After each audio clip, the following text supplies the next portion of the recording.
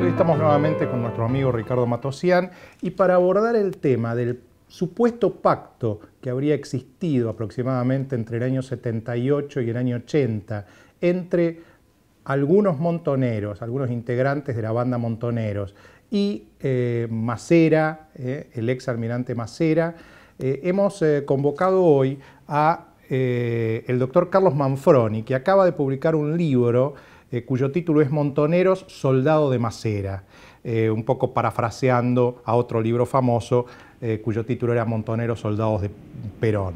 En el caso del doctor Manfroni tiene la gran ventaja de haber entrevistado a personas que hacía mucho tiempo que no hablaban o que nunca habían hablado. Es el caso, en realidad ahora se habla mucho de que Cambio 16 entrevistó a Jorge Videla y que con eso rompió el silencio. En rigor, quizá deberíamos decir que lo rompió con Manfroni, porque Manfroni entrevistó a Videla en 2 oportunidades y ahí esa fue con anterioridad a Cambio 16. También entrevistó en el edificio de Cábana en varias ocasiones a Martínez de Hoz.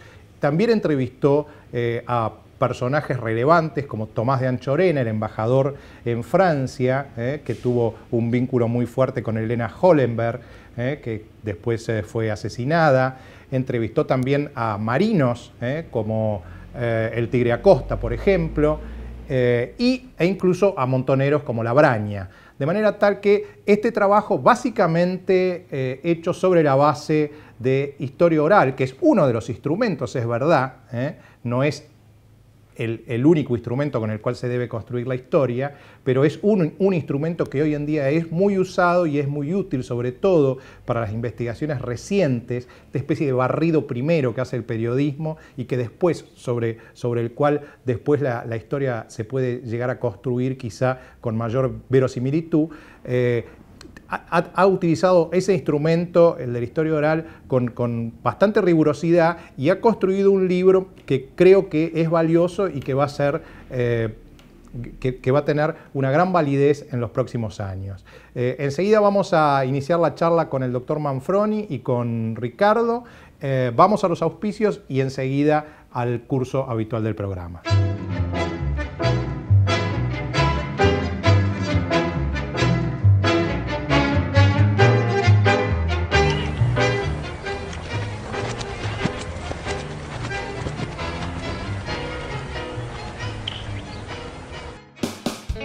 Ciudad Veloz. Préstamos tan personales como las razones para sacarlos. Por cada 1.000 pesos pagás menos de 30. 84 meses de plazo. Hasta 15 sueldos. Gestión en 48 horas. Comunicate llamando al 0822 20400. Banco Ciudad. Te quiere ver crecer.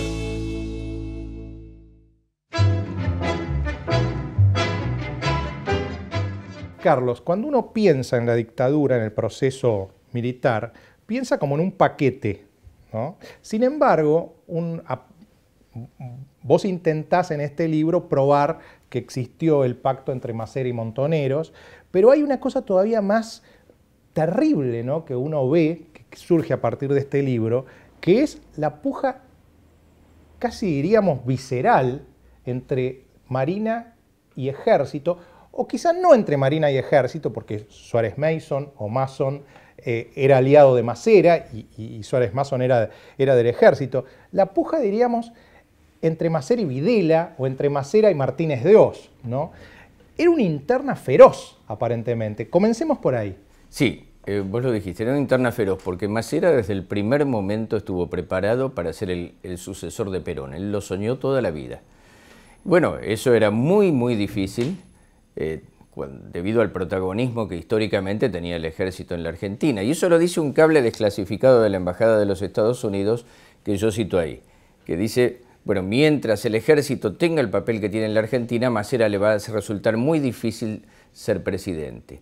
A menos, dice el propio cable desclasificado, que está enviado al Departamento de Estado de los Estados Unidos, a menos que se produzca una hecatombe político-económica que le haga perder al ejército el control de la situación. Pero bueno, allí se van viendo con los cables desclasificados cómo Masera desde el primer momento, desde el minuto 1, empieza a conspirar contra Videla. Vos lo dijiste bien, no era necesariamente Marina contra Ejército, porque Suárez Mason era socio de Masera en una logia que fue muy conocida en los 80, que se llamó la Logia Propaganda Due. Ellos eran los dos miembros de la logia, igual que López Rega, y actuaban de consuno, actuaban en forma consensuada. Estaba Videla por un lado y los duros, los que se llamaban duros, por el otro, como Masera, Suárez Mason, que eran los más partidarios incluso del método que se usó, no porque Videla no lo hubiera consentido, sino porque ellos eran los que más lo impulsaban. Y la puja en realidad no era propiamente con Martínez de Oz, sino para disputarle el poder a Videla, pero Martínez de Oz molestaba en el medio, porque Martínez de Oz ciertamente en la mesa del poder era un invitado de Videla. Y había varios problemas que tenía Masera en ese sentido. Por un lado, si la economía andaba bien, si la economía andaba muy bien, ojo que en el 77, 76, 77, todavía no se sabía cómo iba a andar la economía. Uno ahora con el diario del lunes dice, anduvo todo mal. Pero en aquel momento la gente era más o menos como en el 2011, viajaba al exterior, compraba cosas importadas, pagaba las cuotas. También había mini devaluaciones. Y había mini devaluaciones. En ese momento se llamaba crawling peg, ahora se llaman ajustes sintonías. Era una época bastante parecida a lo que fue el comienzo de la convertibilidad, donde la gente, y lo que fue también el 2010, 2011. Entonces, si la economía andaba bien, se fortalecía Videla. Si la economía se iba deteriorando de a poco, Masera, que estaba conversando con los gremios en ese momento, no con todos los gremios, sino con los gremios que formaban el grupo de los 25, los más cercanos a la socialdemocracia, se deterioraba su relación, porque para el peronismo él podría decir, miren, es Martínez de Oz el que está deteriorando los salarios. Pero llegó un momento, ustedes conocen el peronismo, saben que en el peronismo, si hay alguien, un líder que no puede imponer sus reglas de juego, le dicen, bueno, vos estás pintado, está bien, vos estarás en contra de la política de Martínez de Oz, pero nosotros, ¿para qué nos sirve? Entonces se deterioraba su relación con los gremios. Lo único que le servía más era, como bien lo dice el cable desclasificado de la embajada, es una hecatombe político-económica que le hiciera perder al ejército el control de la situación. Esa hecatombe es la que él busca provocar con la contraofensiva aliado con los montoneros. Ese, digamos, es una hipótesis central. Después hay otras. El propio Bonazo reconoce que el proyecto de Malvinas era un proyecto montoneros. Esa fue una idea que montoneros le dieron a Masera. Ahora, ahí introduciría una cuña. Él evidentemente no debería desconfiar tanto de ese plan económico, porque lo que intenta no es una movida económica, sino, según la tesis de tu libro, lisa y llanamente matar a Martínez de Oz, a Juan Aleman, a Guillermo Walter Klein, al abogado Padilla. Es decir, directamente, si realmente desconfiaba del plan, que el plan podía ser agua, hubiera generado alguna cuña económica. Sí, a él lo que le servía es que el plan cayera de golpe. No le servía ni que se fuera deteriorando muy de a poco, porque eso lo desgastaba con los gremios, y tampoco, por supuesto, le servía que el plan económico funcionara bien, porque ahí se fortalecía Videla. Todo aquello que hacía fortalecer a Videla pasaba a ser enemigo de Masera, así también lo mataron al embajador Hidalgo Solá. Se abre, señores, un nuevo capítulo en la historia económica argentina. Hemos dado vuelta una hoja del intervencionismo estatizante y agobiante de la actividad económica para dar paso a la liberación de las fuerzas productivas. Ahora, en ese enfrentamiento que tenía interno, ¿no?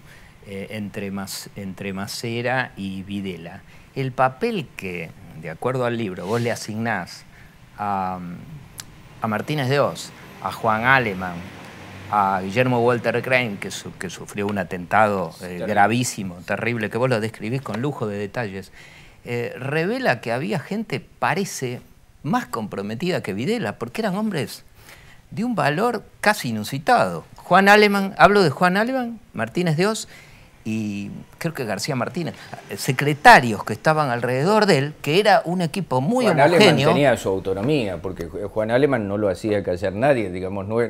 Si bien estaba en el equipo de Martínez de Oz, era un hombre que hablaba por su cuenta. Aún hoy es un hombre conocido por decir a boca de jarro lo que se le ocurre, no tiene filtros, como se dice ahora, no tiene filtros.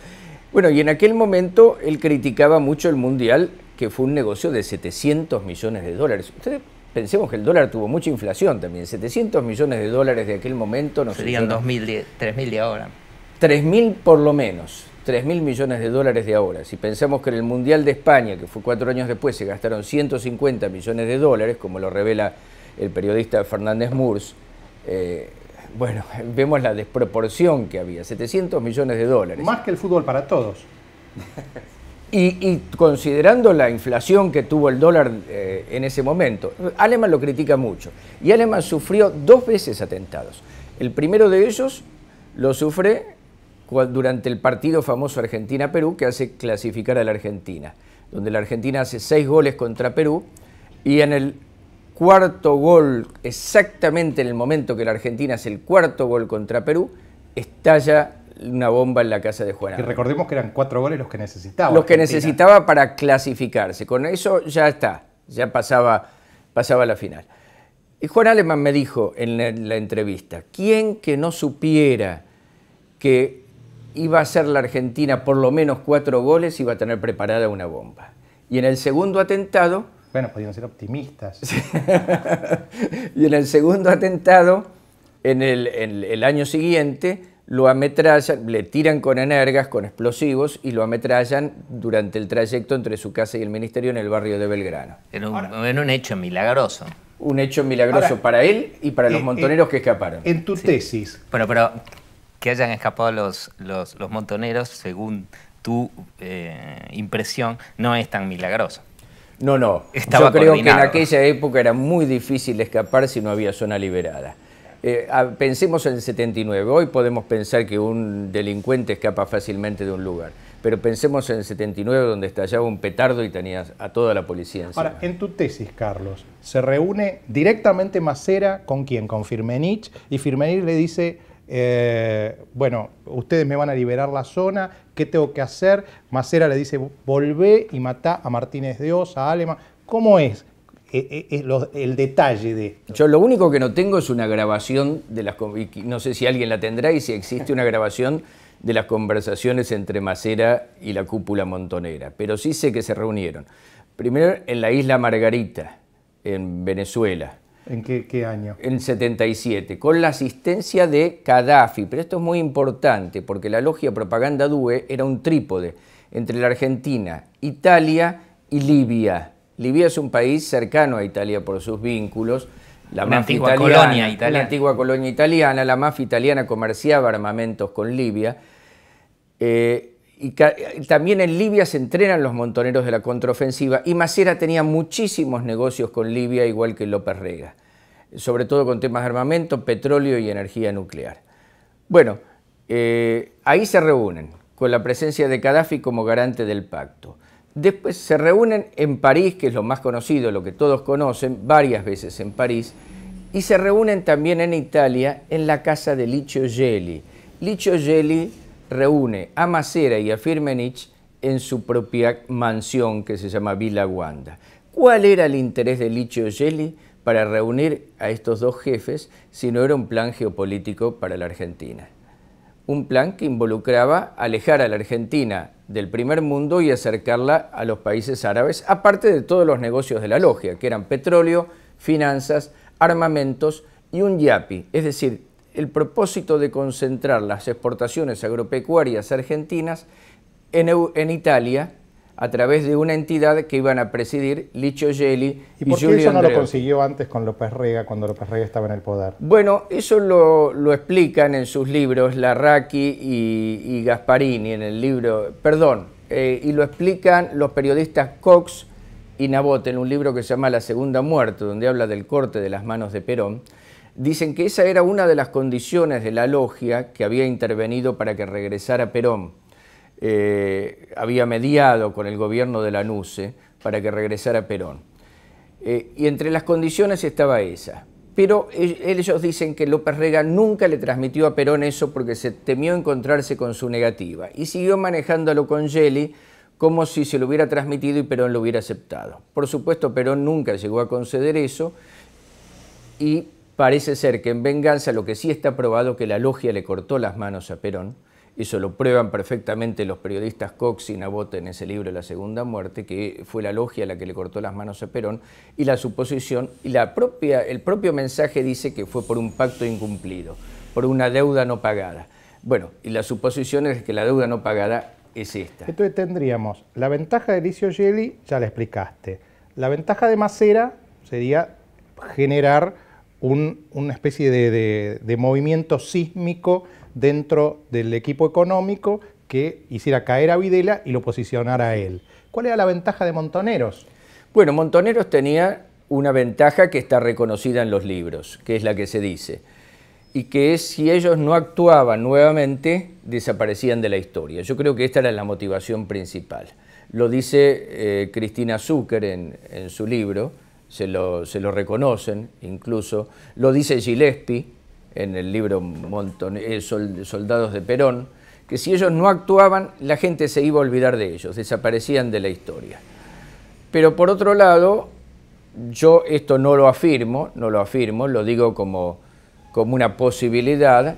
También pensemos que la cúpula montonera estaba manteniendo en Europa, esto de ningún modo digo que es el motivo principal, ¿no? Pero la cúpula montonera estaba manteniendo en Europa a muchísimos, cientos de montoneros con el dinero de los secuestros de Born y de Metz. Y esos sueldos se seguían indefinidamente. La realidad, no sé si esto habrá estado o no en la cabeza de ellos, es que con la otra contraofensiva dejaron de pagar muchos sueldos, ¿no? De ningún modo digo que este era el objetivo principal, pero digo que no les importó la vida de sus compañeros. Era un suicidio la contraofensiva. Milagrosamente, de la primera oleada de la contraofensiva salieron todos vivos, salvo en el atentado Soldati, que se mataron ellos solos con una bomba que se les cayó de las manos. Milagrosamente y sospechosamente. Pero después, ¿por qué, habiendo sido eso un fracaso, los mandan en una segunda oleada, en la segunda tanda de la contraofensiva en 1980, y ahí mueren todos? Esto que decís de fracaso nos llevaría a pensar de manera casi así inefable que Masera no pudo prosperar por la chambonería de Montoneros en los atentados a Aleman, la imposibilidad a Martínez de Oz y a Klein. Yo creo que sí, que si ellos hubieran logrado su objetivo, hubieran desestabilizado al ejército, porque allí se caía el plan económico, Videla estaba sostenido de algún modo, estaba muy apoyado en el plan económico, y le iban a imponer su parecer los que se llamaban en los cables de la embajada los hardliners, los de línea dura, los militares de línea dura, como Suárez Mason, como Masera, por otro lado.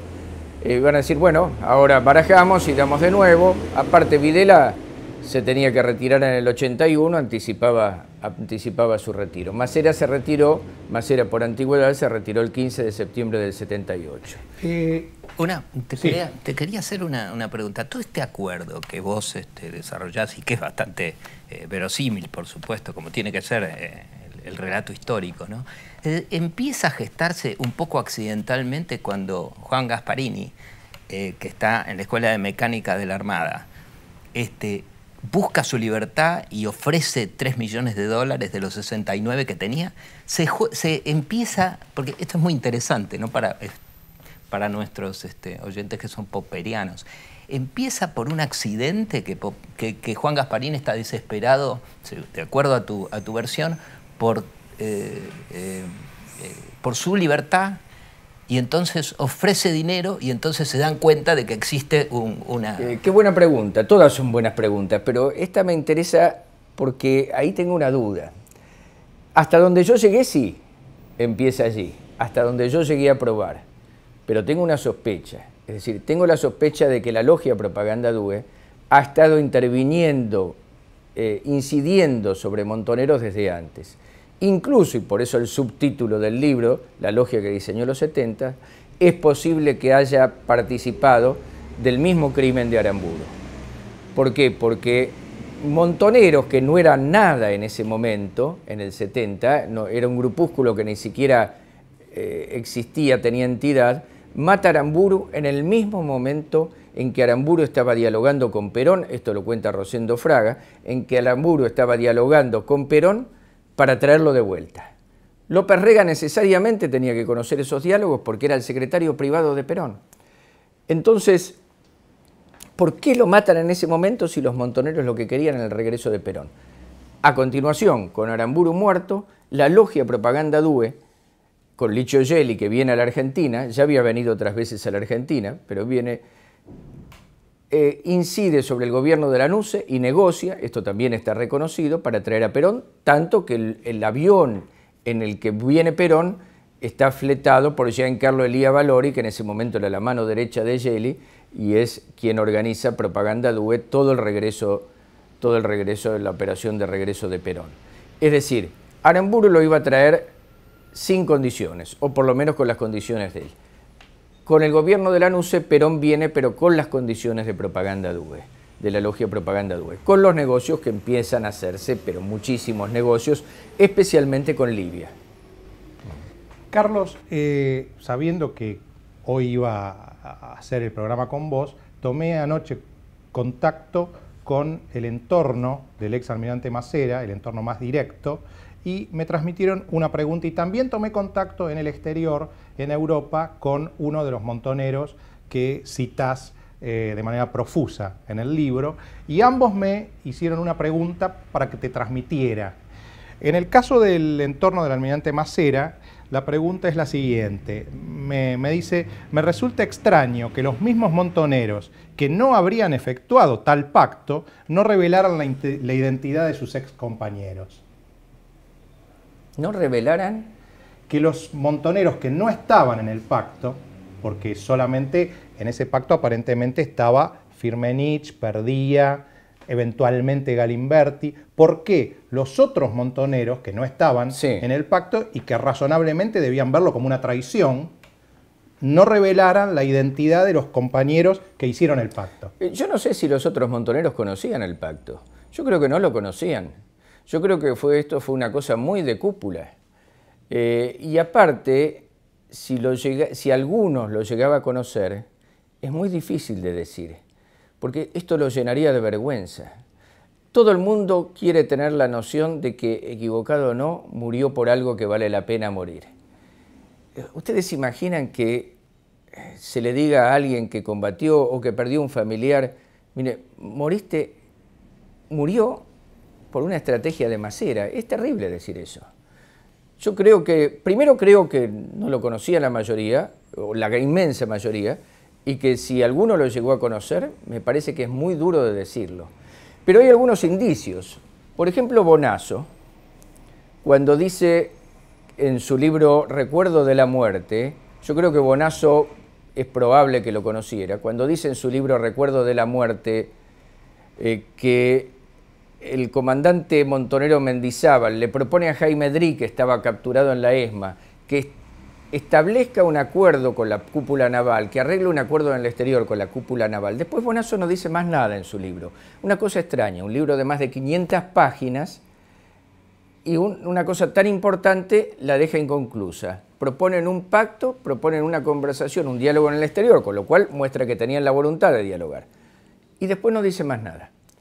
Pero dice que en el momento que Mendizábal le transmite eso a Jaime Drí, el otro montonero, le lee el boletín número 8 de la contraofensiva, que Bonasso no dice de qué se trata. Pero yo conseguí un libro que está agotado en todos lados, lo conseguí por Mercado Libre, de un montonero que también lo tienen oculto, que no se nombró nunca, que se llama Eduardo Astiz, primo, paradójicamente, del marino Alfredo Astiz. Y Eduardo Astiz dice que el boletín número 8 de la contraofensiva, ese era el que lanzaba la contraofensiva montonera. Es decir, que en el momento que están proponiendo el pacto, están aludiendo al boletín número 8 que lanzaba la contraofensiva montonera. Eso a mí me indica que el pacto estaba centrado en la contraofensiva montonera. Y después Bonasso dice que se escapó Drí, y no es cierto, Drí no se escapó.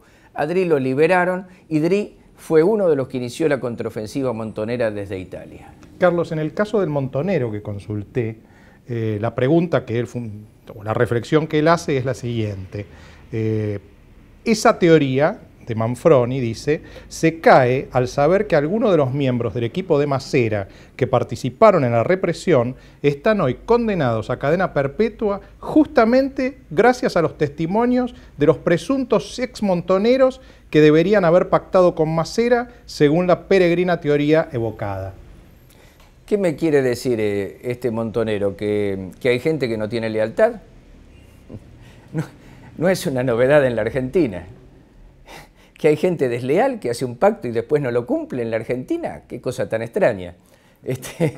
Realmente fue así. Pactaron con él y después fueron desleales al pacto. ¿Y por qué lo iban a respetar? Si además cada uno de ellos cobra una indemnización de 250 millones, o 250.000 dólares, perdón. ¿Por qué iban a respetar el pacto? Miren, el poder pasa por este lado en este momento y además ya sabemos cómo es esto, ¿no? Hemos visto darse vuelta a tantos en el peronismo, para un lado, para otro. Miren si no se van a dar vuelta los que pactaron con Masera, de Montoneros. Bueno, creo que ha sido un programa muy rico, queda abierto un abanico para que el público pueda irlo desbrozando. Te agradezco mucho, suerte con el libro, creo que es un instrumento valioso para sobre esto ir construyendo la historia argentina. Muchas gracias a ustedes. Muchas gracias, Carlos. Hasta el próximo domingo.